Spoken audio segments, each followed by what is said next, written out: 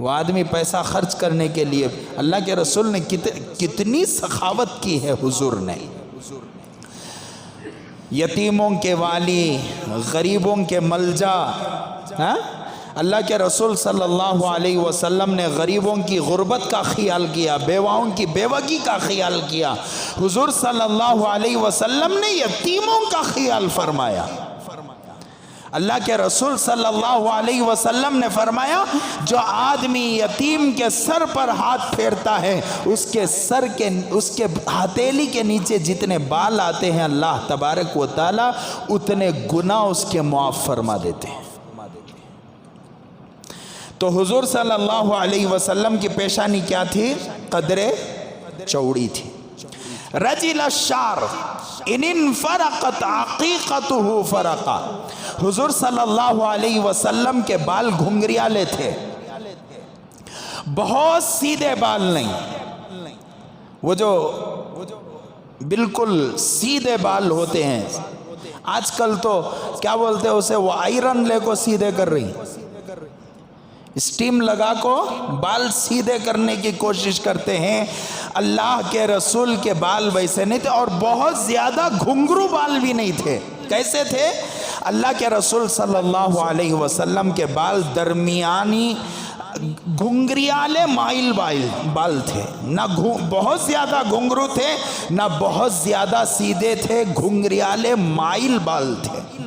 اور آگے اللہ کے رسول صلی اللہ علیہ وسلم کے سلسلے میں آتا ہے حضور صلی اللہ علیہ وسلم کنگھی فرماتے، بالوں میں کنگھی فرماتے. تو حضرت ہند ابن ابی حالہ رضی اللہ عنہ فرماتے ہیں ان انفرقت عقیقته فرقها. اگر درمیان سے مانگ نکل جاتی تو چھوڑ دیتے، اگر مانگ نہ نکلتی تو اللہ کے رسول صلی اللہ علیہ وسلم مانگ نہ نکالتے. لیکن دوسری حدیثوں میں حضرت شیخ زکریا صاحب رحمت اللہ علیہ اپنے کتاب خصائل نبوی میں لکھتے ہیں کہ اللہ کے رسول آخری دور میں درمیان سے مانگ نکالنے لگے تھے. درمیان کی مانگ رکھنا کیا ہے؟ سنت ہے. ہمیں کون سی مانگ رکھتے؟ گزشتہ جمعہ وہ بھی بولیا تھا میں. ہمیں کیسی مانگ رکھتے؟ ہمیں سیٹ کی مانگ رکھتے. اب مانگ نہیں رکھ رہی، اب مانگ کی جگہ میں کٹا لے رہی سو، نکال لے رہی سو، بال نکال رہی. ہو رہا نہیں ہو رہا؟ بال رکھنے کا طریقہ کیا ہے؟ اچھا چلو آگے اس کا طریقہ بھی بتا دیا جائے. یجاوز شعرہ شحمۃ اذنین.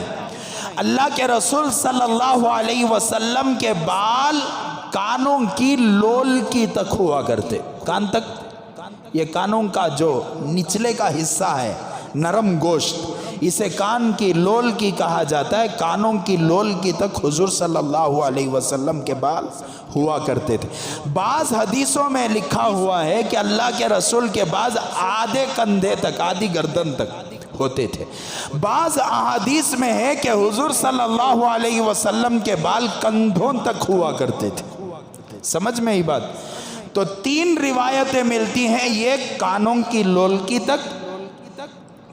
بعض حدیثوں میں جس زمانے میں بال بہت لمبے ہوتے تھے وہ یہاں تک، اور اس سے زیادہ لمبے بال یہاں تک. بعض لوگوں کو ہم نے دیکھا جو لوگوں کے جذبات کے ساتھ کھیلتے ہیں، کہیں بھی کسی مزار پر اپنا مسکن بنا لیا، وہاں پر ہم نے دیکھا لمبی لمبی چوٹیاں والے مردمان ہیں، اور ان کو لوگ کیا بولتے ہیں؟ انہوں ہمارے بابا صاحب، انہوں ہمارے پیر صاحب. یہ پیر صاحب کا کام نہیں ہے. حضور صلی اللہ علیہ وسلم کے بال یہاں تک تھے یا یہاں تک تھے یا کندھے تک تھے. اس سے لمبے زیادہ بال رکھنا عورتوں کی علامت ہے. کان تک بال رکھنا، کان تک رکھتے دیکھ کو رہیں گے نا آپ لوگ، یہاں تک آدھی پیٹھ تک حرام ہے، ناجائز ہے. اس لیے کہ جب بال بہت لمبے ہوتے ہیں تو پھر وہ عورتوں کی مشابہت میں شمار ہو جاتا ہے. یہ پیر صاحبہ، جمعرات صاحبہ، منگل صاحبہ کا دین نہیں ہے، یہ دین اسلام اللہ کے رسول جیسے تھے ویسے اگر پیر صاحب ہیں تو پھر پیر صاحب کی اقتدا ہوگی۔ سمجھ میں ہی بات؟ حضور صلی اللہ علیہ وسلم کے بال کہاں تک تھے؟ یہاں تک۔ اذا ہوا وفرہ ازہر اللون، آپ صلی اللہ علیہ وسلم کا رنگ نہایت چمکدار تھا۔ حضرت امی جان عائشہ رضی اللہ عنہ فرماتی ہیں میرے ہاتھ سے اندھیرے میں سوئی گر گئی، اندھیرے میں میرے ہاتھوں سے سوئی گر گئی۔ اس زمانے میں ایسے لینٹن تھے کیا؟ نہیں، اس زمانے میں چراغ تھے، چھوٹے چھوٹے گھر ہوا کرتے تھے۔ تو بہرحال حضرت امی جان عائشہ فرماتی ہے سوئی نیچے گر گئی، اتنے میں میں تلاش کرنے لگی تو سوئی نہیں مل رہی تھی۔ حضور صلی اللہ علیہ وسلم اتنے میں کمرے میں داخل ہوئے، میں نے اللہ کے رسول کے چہرے کی روشنی میں اپنی سوئی کو پا لیا۔ ایسے نبی کو چھوڑ کو ہمیں کس کی اقتدا کرتے، ہمیں کس کی مشابہت اختیار کرتے ہیں؟ آج کا نوجوان ایسے نبی کو چھوڑ کر کس کے پیچھے بھاگتا ہے؟ جو فلسطین کے مسلمان بچوں کو قتل کر رہے ان کے پیچھے بھاگتے ہیں نوجوان۔ اپنے سر کے بالوں کو تعجب ہوتا ہے مجھے نوجوانوں کے سروں کے بالوں کو دیکھ کر کہ ہے اللہ کے رسول کے بالوں میں کیا خرابی تھی کہ اپنے سر پر یہودی، قاتل یہودی، ظالم یہودی کے بالوں کو اس نے اپنے سر پر سجایا۔ حضرت امام رازی رحمت اللہ علیہ کی ایک تفسیر، حضرت امام رازی رحمت اللہ علیہ فرماتے ہیں اللہ تبارک و تعالیٰ نے حضور صلی اللہ علیہ وسلم حضور صلی اللہ علیہ وسلم کی رنگت کی قسم اللہ تعالیٰ کھاتا ہے، حضور کی زلفوں کی قسم اللہ تبارک و تعالیٰ۔ فخر الدین امام رازی رحمت اللہ علیہ فرماتے ہیں کہ والضحیٰ میں اللہ تبارک و تعالیٰ نے حضور کی رنگ کی قسم کھائی ہے سورہ ضحیٰ کے اندر۔ تفسیر الگ الگ ہے، حضرات مفسرین نے الگ الگ تفاسیر بیان کیا ہے، لیکن امام رازی رحمت اللہ علیہ والضحیٰ کی تفسیر فرماتے ہیں کہ والضحیٰ کے معنی یہ ہیں کہ اللہ تعالیٰ نے حضور کے رنگ کی قسم کھایا ہے۔ ہمیں کس کی اقتدا کرتے ہیں، کس کے پیچھے ہم لوگ بھاگتے ہیں؟ عیسائیوں کی اقتدا کرنے والے عیسائیوں کے ساتھ کل قیامت کے دن کھڑے ہوں گے، یہودیوں کی اقتدا کرنے والے یہودیوں کی مشابہت اختیار کرنے والے کل قیامت کے دن یہودیوں کے ساتھ ان کا حشر ہوگا، اللہ کے رسول کے ساتھ ان کا حشر نہیں ہوگا۔ بہرحال حضور صلی اللہ علیہ وسلم کا رنگ کیسا تھا؟ حضرت امی جان فرماتی ہیں کہ جب اللہ کے رسول اندر داخل ہوئے تو حضور کے چہرے کی روشنی میں نے کیا کر لیا؟ سوئی کو تلاش کر لیا۔ اور آگے چلو، واسع الجبین، واسع الجبین، پیشانی کشادہ تھی، ازج الحواجب سوابغ من غیر قرن، باریک بھون تھے،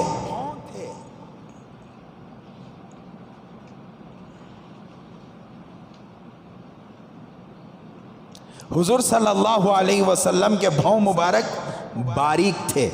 یہ اللہ تعالیٰ نے حضور کو انعام کے طور پر خوبصورتی کے لیے عطا فرما دیا تھا۔ آج اگر حضرات علماء فرماتے ہیں کہ اگر کوئی آدمی اپنے بھون کو باریک کرتا ہے وہ اپنی تقدیر کو تباہ و تاراج کرتا ہے، اس لیے کہ اللہ کی عطا کردہ خوبصورتی میں تبدیلی کرنے کی کوشش کر رہا ہے۔ آج عورتیں نہیں کرتی، آرٹیفیشل بھون لگانے کی کوششیں کرتی ہیں۔ آج کیا کیا نہیں ملتا عورتوں کو، اپنے پلکوں پر نئی پلکیں لگانے، نہیں اللہ تو بنایا سو برابر نہیں ہے، دیکھ اب ہمیں بناتے، تیری جو بناوٹ ہے خدا کی خدائی پر سوال ہے۔ اگر کوئی آدمی اپنی بھون کو باریک کرتا ہے اپنے بھون کو تراشنے کی کوشش کرتا ہے، اور اپنے پلکوں پر پلکیں لگانے والی عورتیں غور سے سن لیں کہ اپنے پلکوں پر پلکیں لگانا، اس کا مطلب یہ ہے کہ باری تعالیٰ تیری بناوٹ اچھی نہیں ہے، اب ہمیں بناتی دیکھ۔ خدا کی خدائی پر سوال کرتے ہیں آج لوگ۔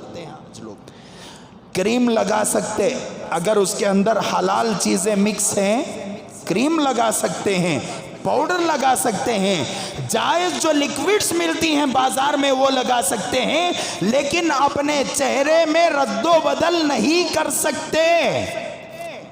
شریعت نے جن چیزوں کی اجازت دی ہے اس پر تو عمل کرنا جائز ہے، لیکن شریعت نے جن چیزوں کی اجازت نہیں دی اسے کیا نہیں کر سکتے؟ اسے ہاتھ نہیں لگا سکتے۔